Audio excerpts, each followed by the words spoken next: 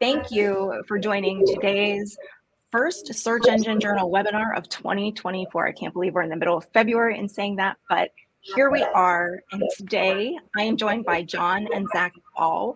They are co-CEO and co-founders of Page One Power. So John and Zach, I think this is your first webinar with us, at least in a little while, but nice to have you here. Thank you. It's a real pleasure to be here. Yeah, we've always really enjoyed Search Engine Journal, and you guys have done just a tremendous job. So great to be here. Awesome, thanks.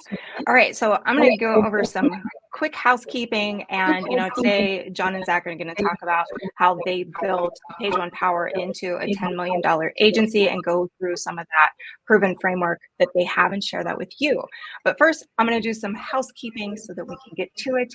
First, my name is Heather. If you don't know, I will be your moderator today.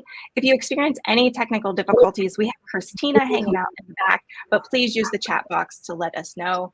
If you have any questions for Zach and John, they'll be taking them at the end of their presentation. So you can add those questions to the Q&A tab. There is a thumbs up option. If you see a question that you like, give it a little thumbs up and that'll tell them it's important to you guys. We do have closed captioning. It's the little CC in the top right of your corner. So give that a click if you need it. And yeah, with that, most asked question that we get is that you will absolutely receive today's recording, presentation, and any handouts in your follow-up email that you'll get later today. And with that, I'm going to start off with a really quick poll, and then I'm going to turn it over to John and Zach. All right. So what is your level of experience with link building? That should pop up for most of you. If it doesn't, it's on the polls tab. Let's see. Here we go. So far, I'm seeing one person saying they're a pro at link building, but we're going to leave that up for a minute while everybody comes in. So, here we go. We've got, so 58% are saying I know the basics. 31% are new to link building. But yeah, we'll leave that up for a minute and let you guys introduce yourselves, and I'll be back at the end of presentation. Oh, good. Thanks, Heather. I appreciate it. I'm John. This is Zach. Hello. We are the co-founders and co-CEOs of Page One Power. Page One Power, we are a white hat custom link building firm in Boise, Idaho. And we started in 2011. When we started, it was link building was very much different than it is now. Would you say, Zach? Yeah, we started, it was the beginning of the named algorithm drops, the penguins and the pandas, and this was changing the SEO landscape like right before our eyes. It was a big moment in time, to say the least. Yeah, in the SEO industry space, it was a pivotal time, and we just happened to be there at the moment of that change, and we experienced some very rapid growth. We experienced a lot of turmoil, and we still too in the SEO industry is kind of tumultuous at best. But yeah, so we are going to try to lead you through the basic principles of the principles we operate to run Page One Power and to grow Page One Power and to get it to the point where it has been and it is. And we're hoping that through this process, you can gain some knowledge and some wisdom that can help you in your own agency, whether you are a employee or you have your own agency or you aspire to that. It's important to know the basics of good sound principles and how those apply to the SEO space. Wouldn't you say, Zach? Yeah, as John goes through them, we'll talk through each one and kind of how we implemented that and how we learned. And I always like to say, I wish someone could have handed us a book titled "How to Run a Link Building Agency." Yeah. Oh man, that would have been handy. We had to learn the hard way, and it hasn't been easy. But we have learned some very, very sound fundamental principles that have led to our success. Totally. And so what we're going to talk about today, we're not going to tell you exactly how to get links, how to develop links, how to hire the right people. Those are very detailed answers to questions. we're going to talk about the principles and practices that will help build a foundation of a very healthy SEO agency and business, and some of what we feel are the important aspects to be successful in this industry. So here we go. Some of the things we're going to cover. Oh, before we do, I forgot we had this image in here. This is Zach and I in 2011. We had a little building behind. I had a little building behind the house I was living in Hidden Springs, Idaho, and this is before we had employees. Yeah, and John is an avid photographer, to say the least. So he always has a camera around. And this was we had gotten our new computers even. It was an exciting day for us. Yeah. We worked just like that for many years in a partner's desk situation. Had all our meetings together. We did everything. It was a really important part of our success was the fusion of the ideas and the energy we had. And of course, we realized not everyone can have that opportunity to have a business partner they really gel with. But anyway, that was us in 2011. Actually, at this time, we were running Page One Practice, which was the original SEO firm we developed. The idea was that it was SEO for dentists. Right. Helping dental agencies rank better for their local markets. Dental agencies? Yeah. Dental practices. That's good. Totally. Here's the problem with doing the dental thing. Everyone wants to sell the dentist something. Oh man, it's a tough one. And they don't want to buy anything from anybody. But that's okay. It's still an opportunity. But we were doing that business, and what we found was that we always ran into the same problem. And that was, now it's time to get good links for our dentist clients. Yes, and when we decided to step away from the dentist clients, and we learned more about SEO, and we studied SEO, and we studied with certain experts, the one hole in the whole education was how to get links. Yeah. Right. And that became, our blue ocean. We invested everything in learning the art and the practice of how to get good links for our customers. Totally. Yeah. It started as curiosity, became a passion. And anyway, that's sort of a little bit of our origin story. So we're going to talk about for a minute, what does a $10 million agency actually look like? What are some of the aspects of that?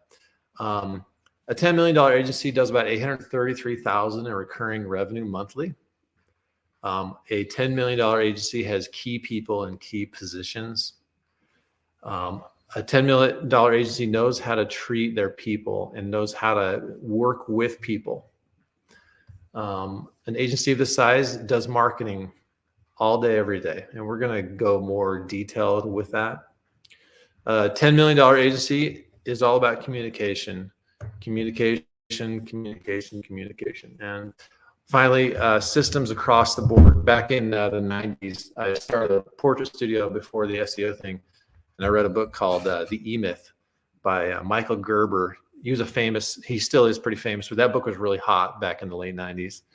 And his claim was the systems run the business and the people run the systems. And we still use that idea. But anyway, so we're going to talk about that and how to administer the business. But the first thing we're going to discuss is what does a $10 million agency have? What does it do?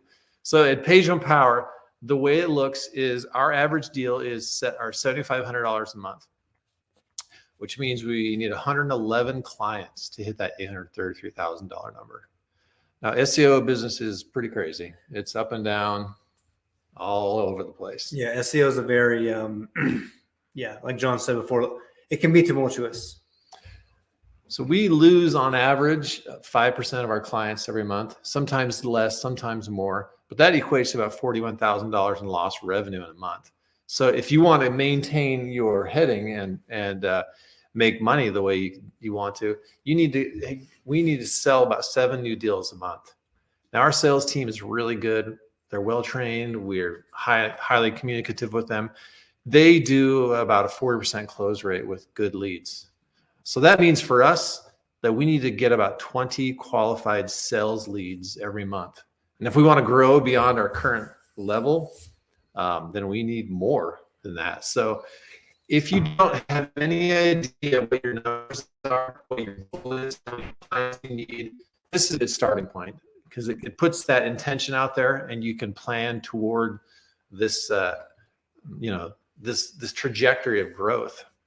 Yeah, I really like the way it frames up the actual numbers, because sometimes you can be building something and you're not quite sure where you're going because you haven't done any planning. And so this gives you like some goals, some really achievable goals that you can get, and actionable things that you can get to.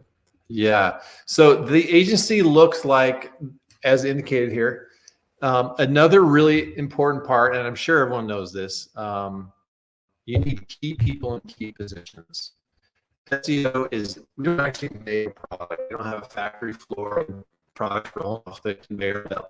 It's all sort of in people's minds, and it's reports, it's links, it's more abstract things. So therefore, your people are the most important thing in your business, and having those key people is vital. And when we used to, in the early stages of growing the business, when we'd be flying back from a trade show, John would get one of those napkins, they give you on the airplane, and he'd make all the positions we needed. We need someone in sales, we need someone in marketing, we need someone in accounting. And at the time, we had 0 of those positions full, but we're obsessing about, we need these key people to grow, because once you get these key people in, it's like just a foundation piece, and it does allow the company to grow. It frees up the owners to focus on doing what they do best, and it frees up every key position, offers more like opportunity for the business to grow. It's an interesting dynamic that if you're not prepping for and planning and thinking about, it'll really grow the business once you get these key people in these key positions. It's a good point. It's true. And one of the key positions and the key responsibilities of any SEO agency is production. We call it production at Page One Power. Others may call it something else, but the product, and for us, links and content, we do content also. That is what we deliver to our clients. And so we're dead serious about quality and process with all of that.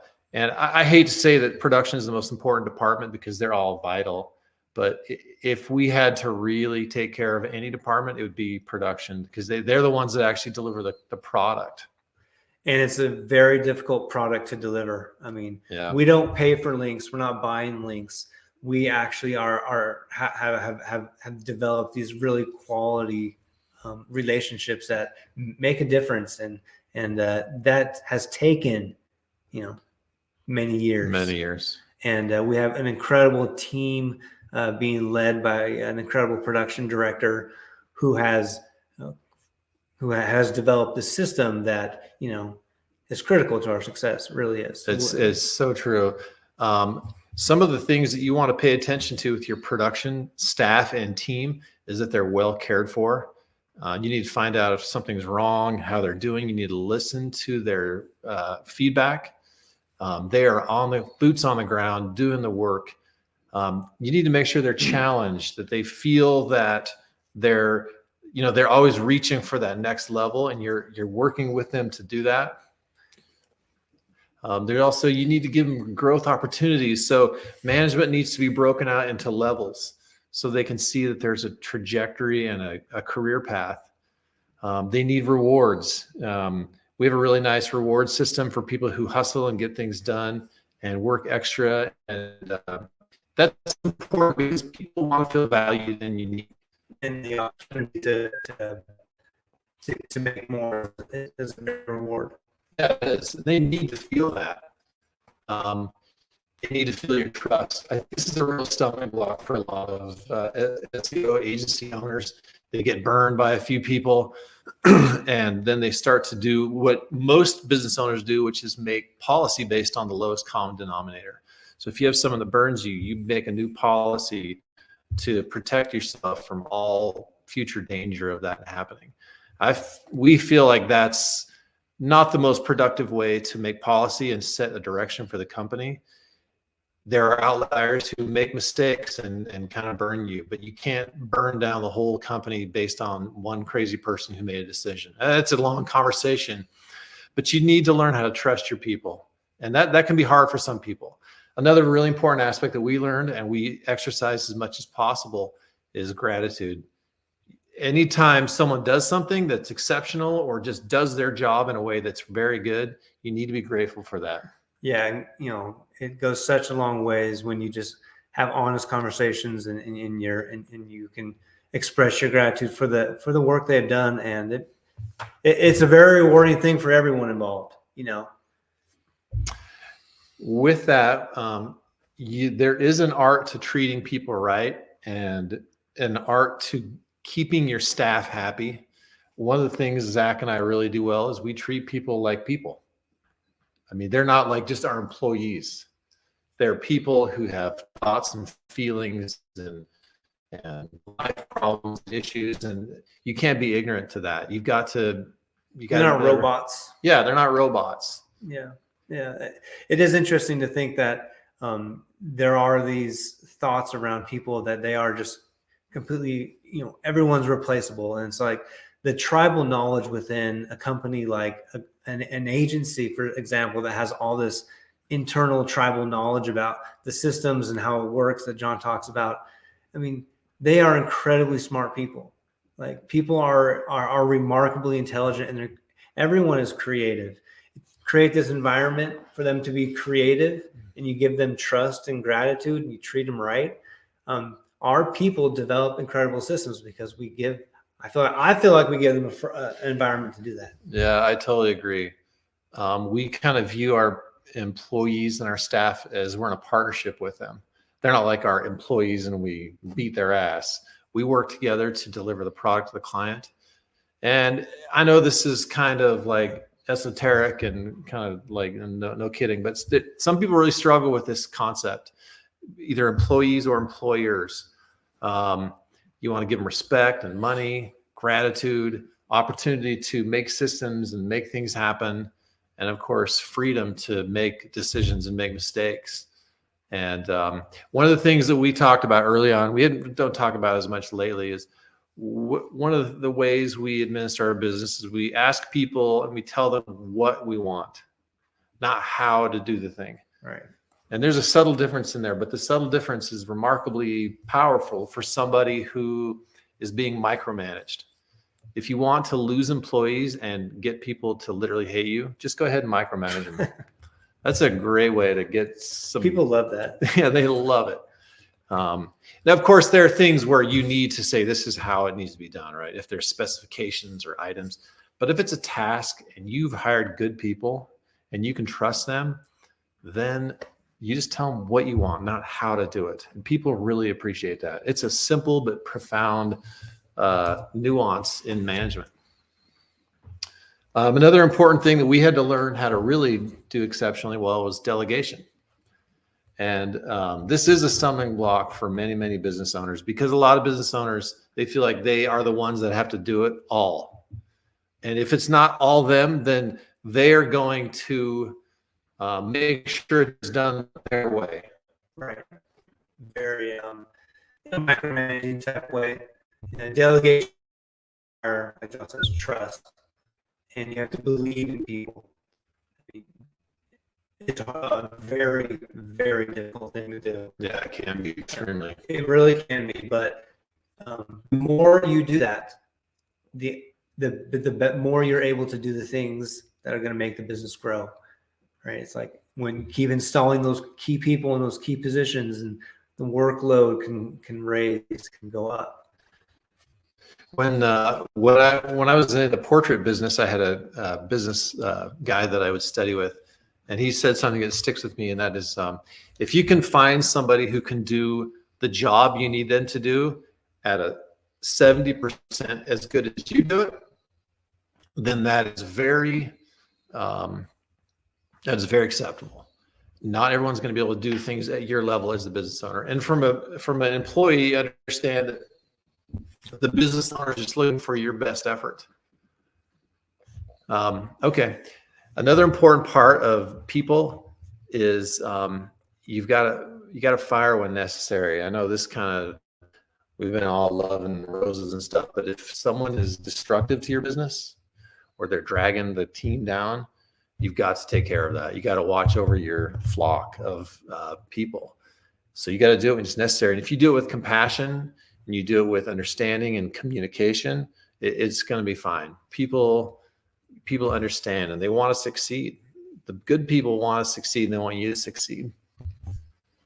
So that's a simple but profound element of it's simple to say delegation and to trust people and to give that, but it's very important. Our sales department is another really, really important group in our organization. We have fostered a team mentality where everyone wins together or everyone loses together. So we all feel the fire. If your sales team doesn't feel the excitement or the thrill, the chase and the win, or the agony of defeat or loss, then you just rethink how to do that, because they need to be in this as a group. Salespeople are often very charismatic and gregarious, and they can be a little bit, I say emotional, but they're more, they lead with their heart, not really their mind often. So you got to be sensitive to that. And they need support that never ends. When they start to feel you don't support them, or you aren't on their side, or you override the decision they made, you're going to lose so much momentum and power with your sales team. It is unbelievable. You got to back your people. If they make a bad decision or make a bad call, talk to them about it and move on. Don't dwell on it. Don't beat them up. Don't make them look stupid in front of the treat them like people, right? Kind of concept, right? Yeah. So another important part of the sales, and this probably shouldn't go without saying, but we've run into groups and organizations who don't feel this way. Salespeople and your sales team needs to feel commissions. You need to see commissions and have a thrill of the hunt and a win. Seems like a logical thing, sales and commissions. But yeah, some people don't quite understand how important commissions play in the role of sales. It's kind of crazy, but it's true. It's really true. So if your team is struggling and you don't have a good commissions program, you might want to revisit that and think about it and ask the team what they want. We'll say this 100 times, but communication is the other really important part. One of the things we are doing that we've adopted is every week our sales team meets with production and they talk about all the products and how it's going and what is changing and how the industry is changing. The sales team is on the front edge of your business and they talk to actual prospects and they need to know, how does the company handle the problems that they're being presented with? And to that end, training is what you need to do with them. So yeah, sales, very important part of this organization. You want to talk about the riches and the niches? Well, I guess this kind of goes back to our Genesis story. We were focusing on originally SEO for dentists, helping dentists rank in their market. And then when we transitioned from marketing just to dentists, but we transitioned to Page One Power, at the time we were still trying to figure out, were we going to be SEO and technical and link building? How were we going to position ourselves in the market? And then we decided one day, right? There was a distinct day I remember that we were going to be link building, and we dropped kind of the push for the technical angle, the full SEO house, and we focused on that niche, the niche of link building, and that really is riches and niches, right? Yeah. And we focused down, we centralized all of our efforts. We ended the fragmented projects of technical SEO at the time. As being a small company, we at the time we were also making Facebook microsites. Remember that? Yes, we were. I don't know who was doing that. Yeah, but ending those side projects and focusing on the efforts, we studied with link building experts such as Eric Ward, SEO experts like Bruce Clay, and we studied everything about link building. We worked to be the experts, and doing that, it all of a sudden enlightened our marketing messages, right? Yeah. Our marketing had something to say because we were experts in link building and we were focused on it, and that was like our entire drive. And so writing about link building and our messaging became so much easier.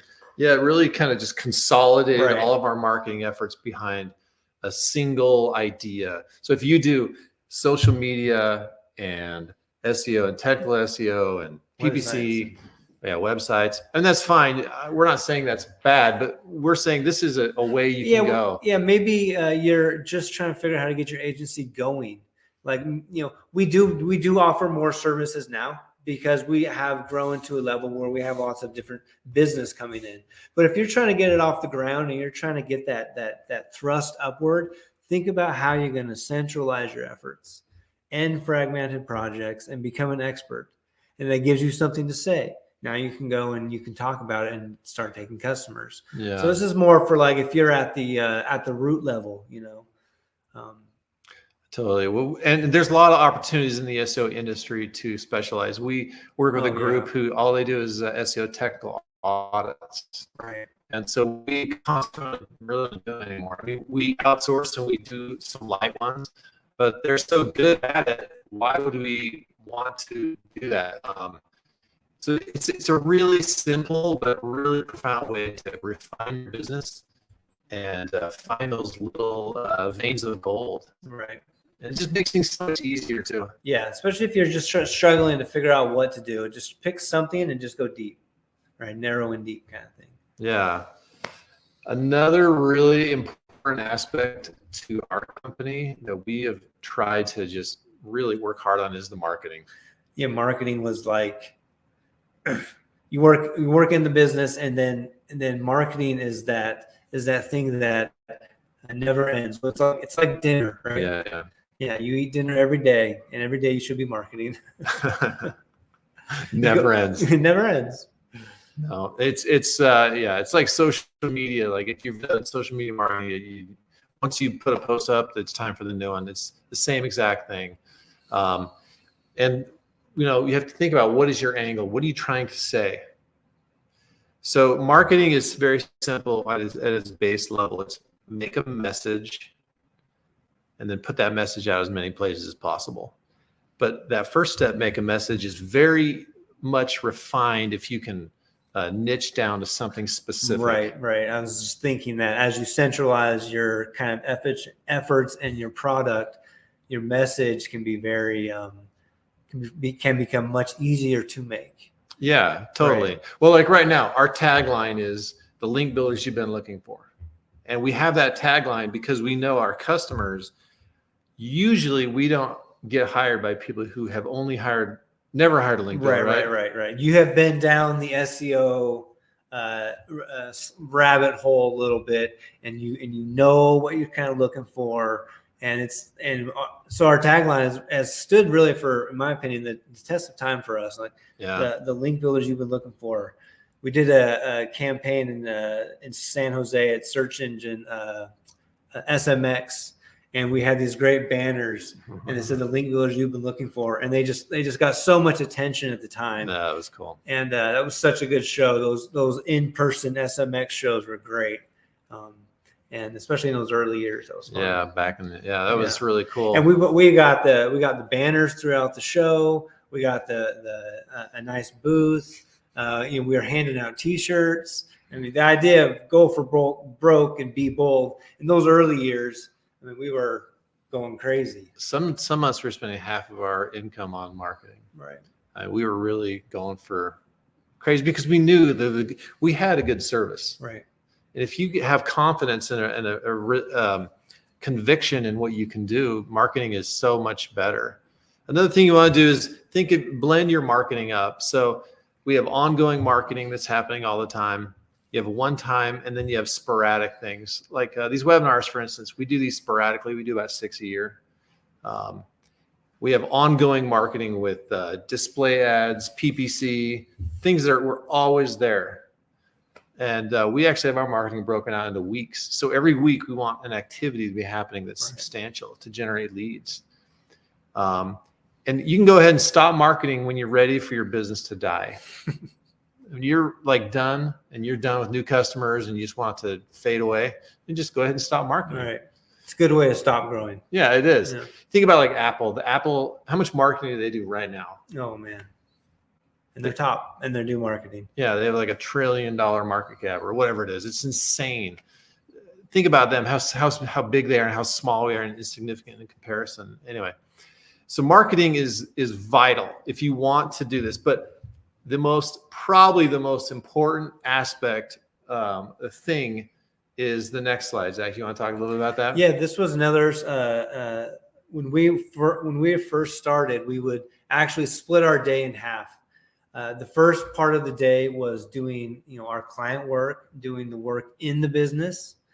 But then the second half of the day, we would make a mental shift. And I think we had a board that we'd shift so we started writing on another side of the board. And this was the work on the business side. This is a foundational principle that we had from the very beginning. And this was like when we talk about the key positions and the key people allows everyone to free up what they do.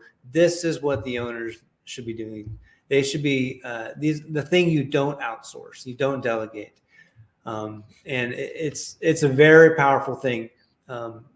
Pick a department, pick any one of the departments, and you sit back and you brainstorm how it can be improved. What could you do better? This is one of the things that having a partnership for John and I has been very powerful. We're able to brainstorm about these topics often. Yeah. And you want to do that with the manager, ideally, Right? because they're going to own those changes if you've done this correctly. And there are obviously things the owners can only the owners can do, but this is a group effort. You will burn yourself out so hard if you try to do all the work in your company and then work on the business. Like, I got to work on the business tonight, honey, after dinner. 2 hours, I got to go through and figure out which health insurance to get. There are ways you can make the company successful without burning yourself to the ground. Actually, one of the more profound things we did early on was do a 4-day work week. Right. We just decided right at the beginning, SEO is a kind of a grinder. It can be, especially link building. Right. And who doesn't love 3-day weekends? And who doesn't love a 4-day work week? Oh, it's magnificent. It was really good and still is good for recruiting. People love it. And when the employees get used to it, it's one of the best benefits you can offer. I know, right? Yeah, it really is. And I think our staff does a great job, and we're so proud of them in what they do, but they get the job done in 4/10s. Yeah. And they work hard. It's remarkable. It's humbling to watch how hard they work and what they've developed. We do a lot of work with our staff, and most of our days are spent talking to people and helping solve problems. But if you're not working on your business, and if you don't understand the difference between on and in, maybe that's a different conversation, but you need to be working on your business as much as humanly possible if you want to get to the height we're talking about. Right. If you just want to be a practitioner and do SEO, that's fine. Yeah. There's no problem. But if you want to grow an agency and get to that point, you got to work on the business. Well, the foundational element of our whole agency was a lifestyle decision. Right. We wanted to be able to enjoy time with our families, make a good living, and provide good quality jobs and opportunity for people in the community. In fact, at the time, it was 2011 and the economy was really rough. And everyone we hired was just so happy. And we were so happy to have them aboard. And it was really rewarding, actually. Yeah. We hired a lot of people really fast, and they all kind of grew up together. And it was really fun. It was, yeah. Very crazy, that's for sure. But as a business owner and as an employee, also realize that if your owner is running around doing everyone's jobs, maybe you could have a conversation with them. I think you should be like focusing, but I don't know if you want to do that, but it's something you can observe as an employee also, like what's happening in the agency. You need to spend as much time of your time as possible working on the business. And that is our presentation. We had a lot more to say, but we're going to answer some questions right now. Okay, let's see. We have a question here. Let's see what else we got, Zach. How many are there? Okay. I think let's just tackle some of these. Actually, there's a poll question, right, Heather? I think there is. Yes. Oh, there we go. Christina got it. Perfect. That should pop up for you guys like the first one did. Yeah, we're just gonna, if anyone's interested in link building services and what we offer, just hit yes, and one of our friendly and helpful representatives will reach out to you. We have there's a Nate asked, how many sales people do we have? We have 3 dedicated sales people, but they're each part of a team that works together. Their pipelines is self-sourced or driven by inbound leads. What do you? It's probably 95% inbound leads and referrals. They don't spend a lot of time prospecting. We have done a lot of prospecting. Yes, this is true. This is not to say we haven't done prospecting. Yeah, you're right. But we have pursued the prospecting route for link building specifically, and found that it's not productive. It's just, it doesn't work for us. Right. And maybe we just have done it wrong all the times we've done it. But the problem we have is link building is so specific. Right. It's not an impulse purchase. Most successful prospecting I've seen for link building is within LinkedIn. Yeah. Because it is, you can get really, narrow in on somebody. Yeah, but we work really hard and we spend a lot of money on marketing to generate leads. Also, we spend a ton of effort on our image and our website, and we go. I mean, when I say we do a lot of marketing, I mean we do. That's our main concern in the business. Truly, apart from all the people, it's probably about a 50-50 breakdown. Here another question. We don't really. How do you decide which industry to target? We don't really target any specific industry, but what I find to be the more interesting verticals are the education verticals. I think there's just a huge opportunity for online education within, from your PhDs to your electrician, online education, I think is a really powerful vertical. Yeah. And we're looking, our tagline kind of illustrates what we're looking for. We're looking for SEOs, usually SEO managers, right, on in-house teams who just need the lift, and they want a reliable, quality solution that they can. We always kind of joke about the fact that SEOs are trying not to get fired. If you're working for a large group, right, your main goal is to be successful but not get fired. It's just a fact. You don't want to lose your job. So we try to service the SEO community that is seeking quality and reliability. right. We're not a flash in the pan organization. Our links can be a little bit expensive compared to other vendors. Right. And people can have different expectations. They feel like they can, ask us for certain qualifications, but it's like, we're not buying links here, right? We earn links, and we earn what we earn. And it's not like this vetting of, oh, I'm going to get this one. It's a much more organic process. Yeah. Milan asks, what are the biggest challenges and temptations you faced in developing the agency? What do you think, Zach? I would say what comes to mind for me is is learning about the people. Like we say, treat people like people, but that is after 13 years of learning how to work with people, kind of the HR element. In my opinion, I don't speak for John, but in my opinion, when I see that question, my biggest challenge is it's learning how to work with people and how to open up all those opportunities with people who have autonomy and people who have who feel valued, and that has been the biggest challenge and the most rewarding. Yeah, I agree with that. As far as temptations, it's very tempting when big offers come along we have 3 categories we don't build links for. The 3 Ps: pills, porn, and poker. Pills, porn, and poker. Yeah. I mean, there's a lot of money in those verticals and those industries, but we upfront decided we're not going to do that. So I guess we hadn't been tempted, but it would be tempting to right. If you had opened up to those industries, right? Yeah, and we just wanted to keep it very G-rated and family friendly. Isaac asked another question. What about the future of link building? It will still be effective on the next future, or will it still be effective? Rumors say that quality content and natural backlinks will be more effective. Yeah, links are. In 1996, when Sergey Brin and Larry Page made Google, the foundational thing that they did that was different from everybody was links and the value of links. Yes. And they haven't changed that. All Yeah, they've done is refine it. Yes, they've refined it. But like we always say, if you had an algorithm that generated $1 billion a week, how likely are you to change the absolute core of that algorithm? You might refine it, like John says, but links and authority is how it's all derived.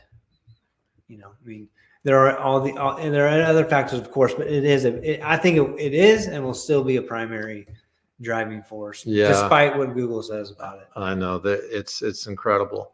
Becky asks, how did you make the time to focus on your own marketing? I feel like we are always so focused on client work. Internal marketing gets pushed. Yeah. This goes to the heart of what we're trying to say, and that is you need to put key people in key positions, and then you need to trust those people are going to do the job. If you are always busy doing client work, then you've got to find a way to just free yourself up. I mean, it's just a fact of life. You have to figure out how to get quality people to help you do the job at hand. An aspect of that we haven't brought up that's very important is you have to charge appropriately for the work you're doing. Mm-hmm. If you're not charging enough for your services and you're always strapped and you can't hire new people, then you've got a foundational issue. And we don't have this in the slide deck, but you've got to charge appropriately for what you're doing. And that can be very scary for some people to raise prices or to charge what actually it costs. But that is perhaps a problem you're having is you're just not making enough cash flow on your existing clientele. So you can't hire the people you need to step away to work on the business. What do you say to that, Zach? Yeah, I think it's well said. Yeah. Let's see. We have quite a few here. Do you hire salespeople on a commission-only basis? Asks Jennifer. What do you think, Zach? We do have a base salary, so it's not commission only. No, we do need to. What would you say about that base salary and commission combo? Well, we like our salespeople to have enough base salary that they live their lives. They're not on the edge of disaster. They need to feel like they have some security, and the commissions are a way for them to propel their life forward and make money. So that's just the breakdown. Yeah. That's fairly abstract, but they make good base salaries. But needless to say, it's a combo. It's probably like 25% commission is 75%. What'd you say, Zach? Something like that. Let's see here. What's the most, Nate asks, what's the most effective marketing channel for getting qualified leads that have 7,500 a month? But the most effective marketing channel is to create a really good brand. I mean, that's a terrible answer for someone who's just starting. But if you have a brand that people can rely on, you can do that. So how do you get to that step? You need to start small. You need to find good customers, niche yourself into a very specific space and do a killer job for that person. And then just slowly build it. I don't know. That's such a big question, really. For us, honestly, one of our biggest channels, something we focused early on, was our own SEO, our own link building, and our rankings have driven us probably a majority of those businesses you're talking about, as well as these marketing channels. We talk about them like we like to go to the search specific categories. Search Engine Journal, amazing publication. They're inside of our world. We love these guys. We go to these other channels that are within our industry. Yeah. Someone asked where do we get the capital. We basically, it was very difficult to grow the business. We had some help from family, but we just grew one client at a time. Now remember, we're sitting here 13 or 14 years later. Right. I mean, ask us this question 14 years ago. It was pretty sketchy. You just have to start going.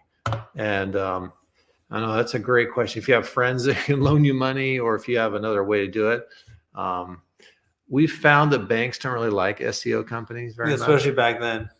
I mean, we were just like, we could barely get a bank to work. Like a credit card processor was the real tricky part. That's They do right. not like us. Gosh, man, that was a real problem. Anyway, that was a big issue for us up front, but yeah. Okay, so I think we've got enough question and answers. Do we have any other questions that we need to answer, Heather, that you know? No, I think that you guys hit on most of the big ones. So yeah, with that, my favorite question. So thank you everybody for joining. I'm gonna remove this slide here real quick. Well, there we go. All Okay. right. I should have done that earlier. Everyone could have seen you during the Q&A. But I want to take a minute and just thank everybody for joining us. We'll get all of these questions over to the Ball brothers and see if they want to follow up with you afterwards. But Zach, John, let the people know where to find you. Thank you. What did you ask us? I'm sorry. I said, let the people know where to find you. Like after this, we'll send out the email, but where can they find you? On social, on email? Yeah, we don't do a ton of social actually, but you can come on a website, fill out a form, or you can email us anytime. Our common email is pageonepower@gmail.com. We got that a long time ago. Or if you want to reach out to me on LinkedIn or Zach on LinkedIn, we're pretty active on those communities. Ditto. Perfect. All right. Yeah, Thank you. This was fun. I appreciate it, Heather. Yeah, I want to thank you both for joining us, for sharing all of this great information. Like I said, we'll get the recording out to everybody, and we'll see you at the next SCJ webinar. So thanks. Y'all have a great day. Thank you very much, Heather.